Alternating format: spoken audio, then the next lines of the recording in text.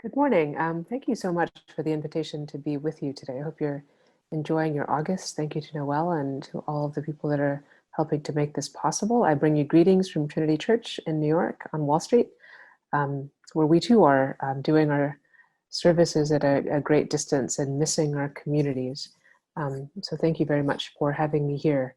And I love the readings in August, so I hope this is interesting to you. We get some of the real slog of stories in the summer, and I think some of the best passages are saved for this time. And so we are in this sort of march of patriarchs in our Hebrew scripture readings, and I'll stick with those for a minute because I think these are just stunning in the stories that they tell and their complexity and how illustrative they can be of the realities that we continue to live with today. So I said we're sort of in a march of the patriarchs as our first readings this summer, and we are now at Joseph. And all I know to say about Joseph is that it is very complicated. In this reading, Joseph is the apprentice of his father Jacob's other wives' children, the sons of Bilhah and Zilpah, it says, not Rachel or Leah, who we know about. And these sons are not called his brothers, though they sort of were, but clearly those relationships are complicated. It's all just very complicated. What struck me in reading it this time is that this family is not alone.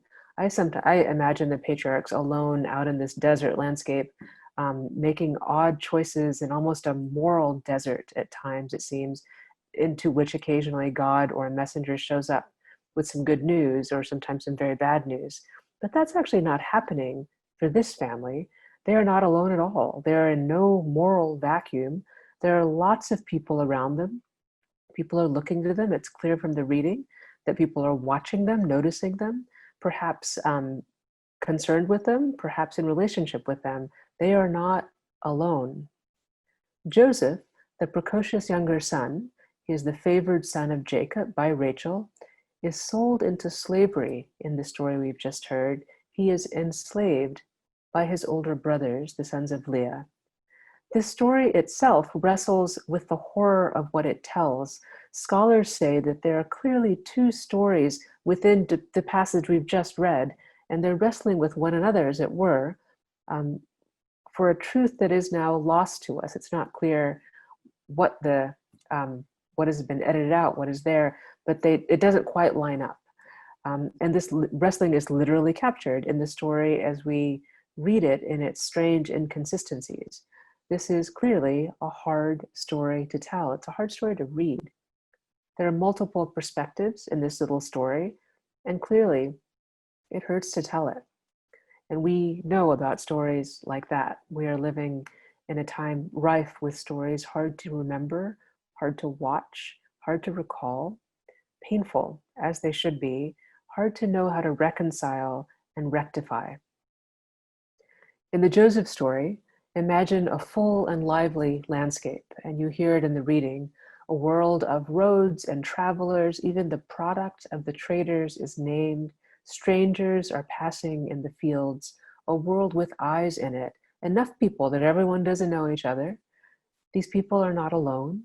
There are values and a humanity in this world. Brothers sell their brother as the more profitable option than murder in our story today. So many parallels in every generation in our systems of slavery and mass incarceration that evolves from slavery. So probably like you, life feels different to me these days. I hear and see things very differently than I did in February or in the past year. Since social isolation started in New York in March, one of the differences in my life is that I have been texting or talking to my parents almost daily. They are in Dallas, Texas. We're a polite call once a week kind of family, usually on Sunday evening, which is a throwback to when it costs less to make long distance calls on the weekend, which is not true anymore. All these calls are now free, but we still usually wait till Sunday evening, except for now. And we're the kind of family that talks about the weather or family news, if there is any. We're always a little bit distracted. We take each other for granted with a sense that there will always be more time. Now, we are in contact every single day by text or by phone. My parents are in their 80s. Every day seems precarious and precious all of a sudden. I want to know if they have a temperature, We talk about the gardens, theirs and mine, the weather, but with a little bit more urgency, the news with all the horror of the news these days, just kind of hanging on so that we stay connected in some way. This week, when I called them one of the days in the morning, I did it through FaceTime so that I could see their faces. And my father said, I've been getting up at 5. And me too. I said, I too have been getting up at 5. It's interesting. He said, I go for a walk to get my steps in. He takes his phone. He says, and I go before it gets hot because they live in Texas. And I said, I wish I did. That would be really smart to get up and go for a walk and get my steps in. And then he said, I've been reading the Bible from front to back, which is just not like him at all. I asked him if he was reading it in English or Malayalam. He said Malayalam. It was very interesting to me. We're going to compare stories. And then he said, my very reasonably religious Anglican father, there are some really strange things in there. I have some questions. So just to be clear, we're a church-going family, descended from generations of church-going people. We know the prayers, we know the stories, we know the hymns. But something about this time has him paying attention differently. He asked about the smiting, the wiping out, the killing of children. What kind of God or man of God would do that? He asked. How did the people end up enslaved in Egypt? He asked, which actually takes us back to Joseph today, which I told him. Then he asked, it says God hardened the Pharaoh's heart. Then what chance did those children have? He asked. All of the firstborn of Egypt. He is tender-hearted towards the dead and the grief of mothers of millennia past. The stories of the ancestors offered to us for our edification have come alive for him in this time. And today, these ancient stories illustrate our stories. We know about slavery. We know our ill-gotten gain, our undeserved suffering. We are learning as a nation about the generational privilege and disenfranchisement tied to slavery and genocide.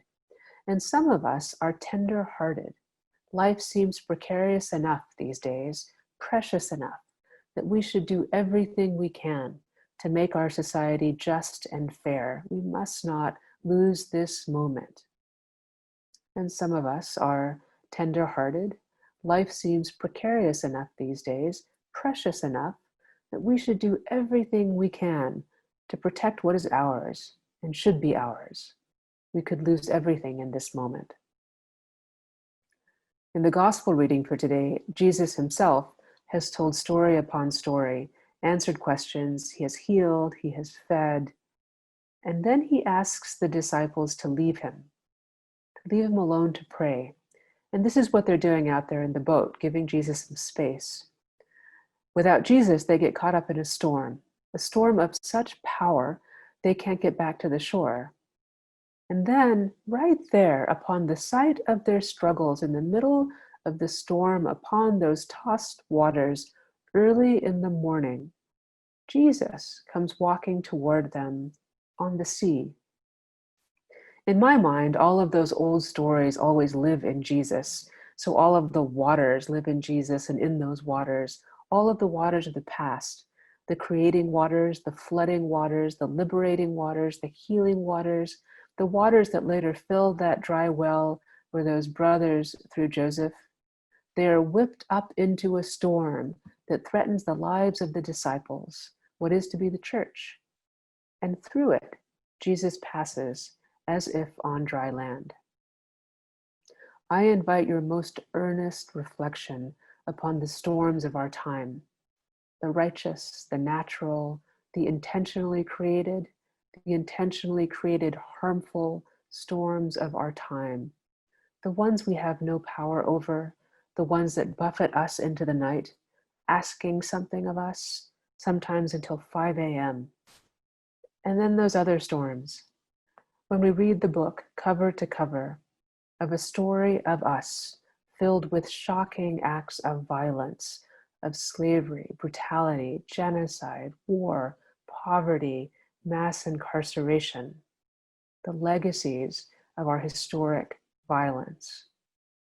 how do we make our way in waters so riled up that our own survival must be our first concern?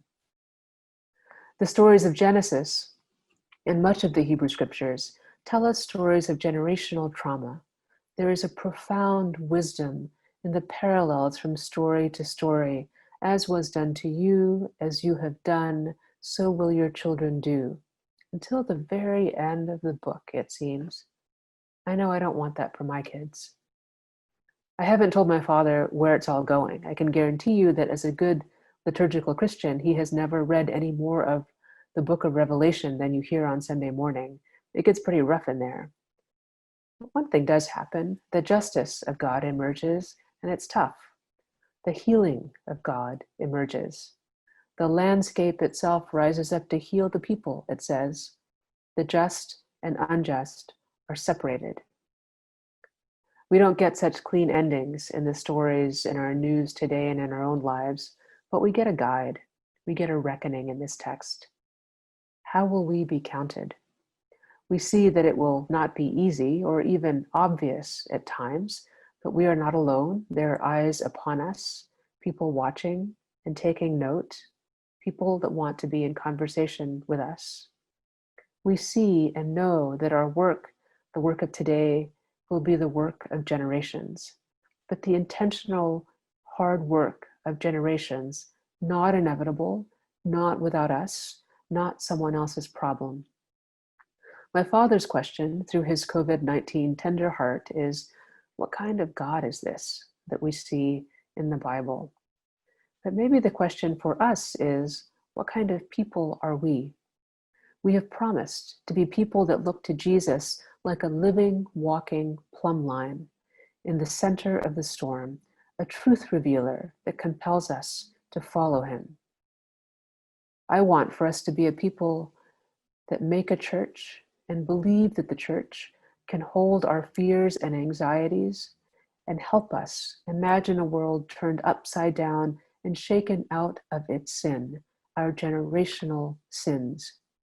Wouldn't it be something if it was the church that held the heartbreak of this time safely so that we could go out encouraged to serve and heal the world around us, to make it right, to fill empty wells with water, and maybe even that one that holds the memory of a frightened boy about to become a slave?